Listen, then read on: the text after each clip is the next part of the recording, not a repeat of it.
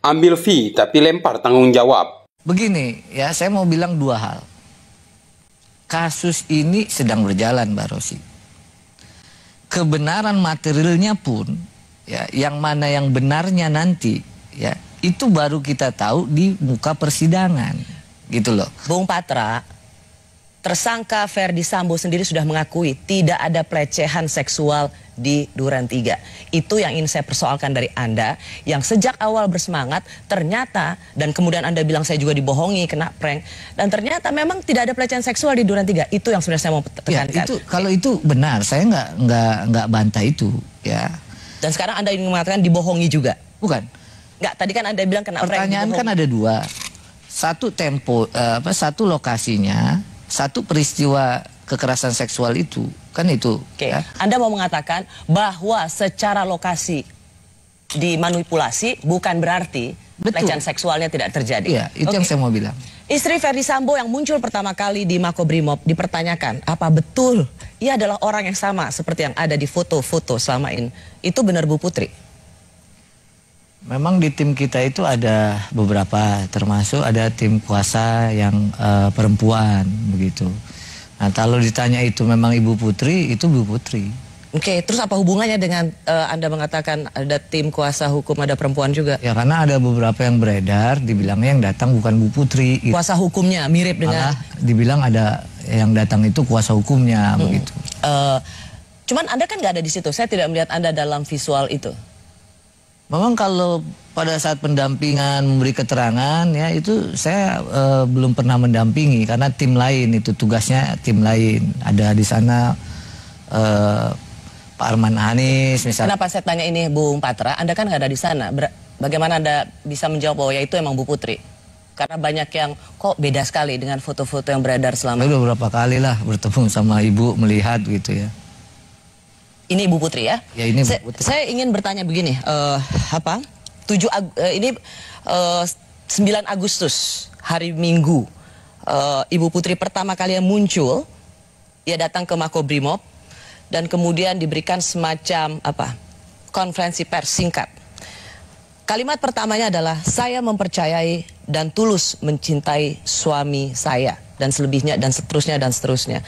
Ini redaksional statementnya dari siapa? Ibu Putri lah yang ngomong. Ibu Putri yang bicara? Bukan dirancang oleh kuasa hukum? Pengetahuan saya nggak ada yang rancang-rancang. Saya menanyakan ini karena apa hubungannya mempercayai dan tulus mencintai suami saya itu harus menjadi sebuah pesan bagi publik? Kalau itu saya nggak tahu Mbak Rosi, karena yang ngomong beliau ya kan, pikiran beliau, ucapan beliau ya kan, saya nggak tahu kalau ditanya itu.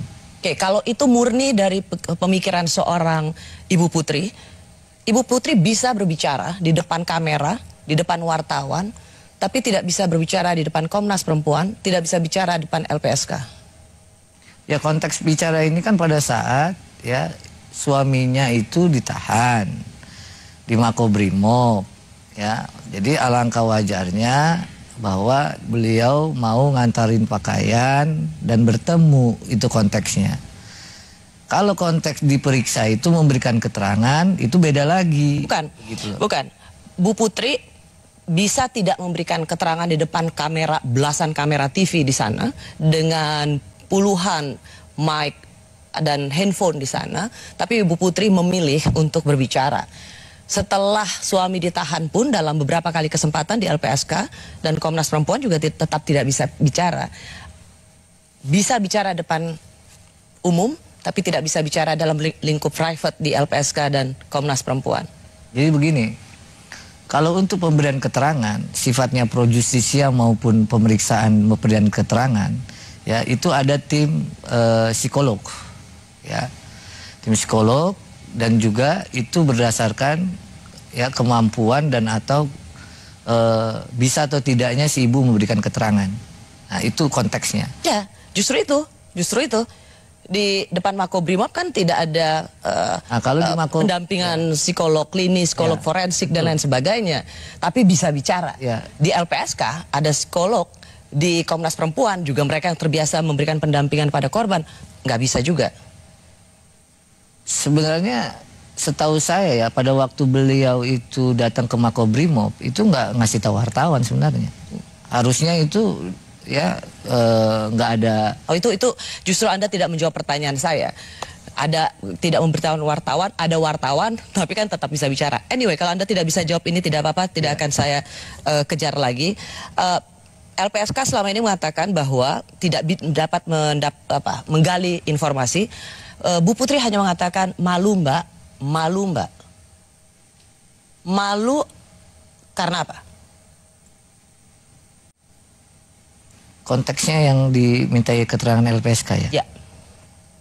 Kalau dimintai keterangan LPSK itu, yang setahu saya ini tentu pengetahuan saya Mbak Rosi ya. Pada saat dimintai, ya kondisinya lagi down lagi begitu. Ya. Jadi hanya dapat mengatakan hanya bisa menangis dan malu. Oke, LPSK menemukan kejanggalan dalam permohonan perlindungan yang diajukan oleh Bu Putri. Saya ingin ingatkan lagi apa kata Ketua LPSK soal ini. Mengapa mereka menolak? LPSK mengatakan bahwa ini tidak murni keinginan Bu Putri, tapi ada pihak yang ingin mendesak atau begitu ngotot memasukkan Ibu Putri di LPSK. Ya, jadi kalau ada 2 laporan 8 Juli sama 9 Juli ya saya masih di Tanah Suci tuh nggak tahu menahu. Ya saya pulang tanggal 19. Ini yang tadi saya katakan, Anda mau melempar tanggung jawab, mau fee-nya sebagai kuasa hukum tapi nggak mau bertanggung jawab pada saat kasus itu terjadi. Begini ya, saya terbiasa dididik ya sama senior-senior dulu ya. Itu dalam menangani perkara itu memang hubungannya kepercayaan. Ya persis. Dan terbukti Anda tidak dipercaya untuk mengatakan yang sebenarnya. Anyway, saya mau tetap soal LPSK ini.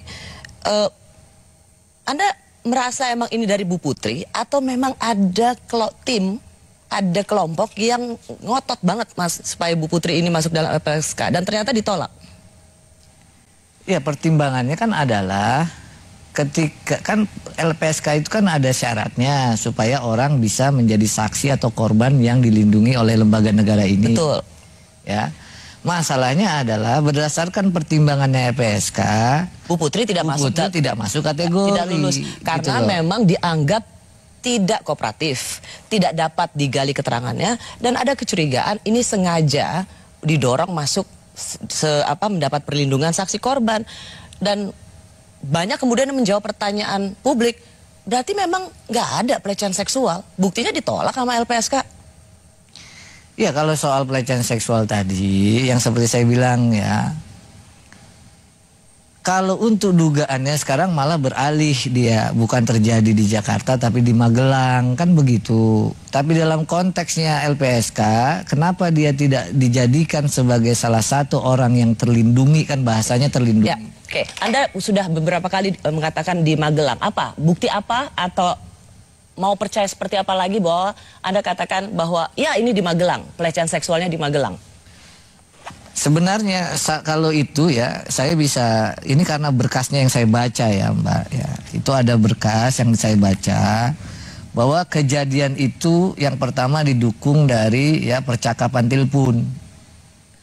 Tanggal 7 Juli ya, tapi masuk dia tanggal 8 dini hari begitu ya. Itu ada percakapan antara ibu dengan suaminya. Coba saya mau lihat BAP-nya. Tidak akan saya bacakan, tidak akan di zoom oleh kamera, tapi saya ingin tahu bahwa apa yang Anda katakan adalah benar dan bukan hasil hanya katanya. Ya, bentar ya. Ini saya hanya tunjukkan saja.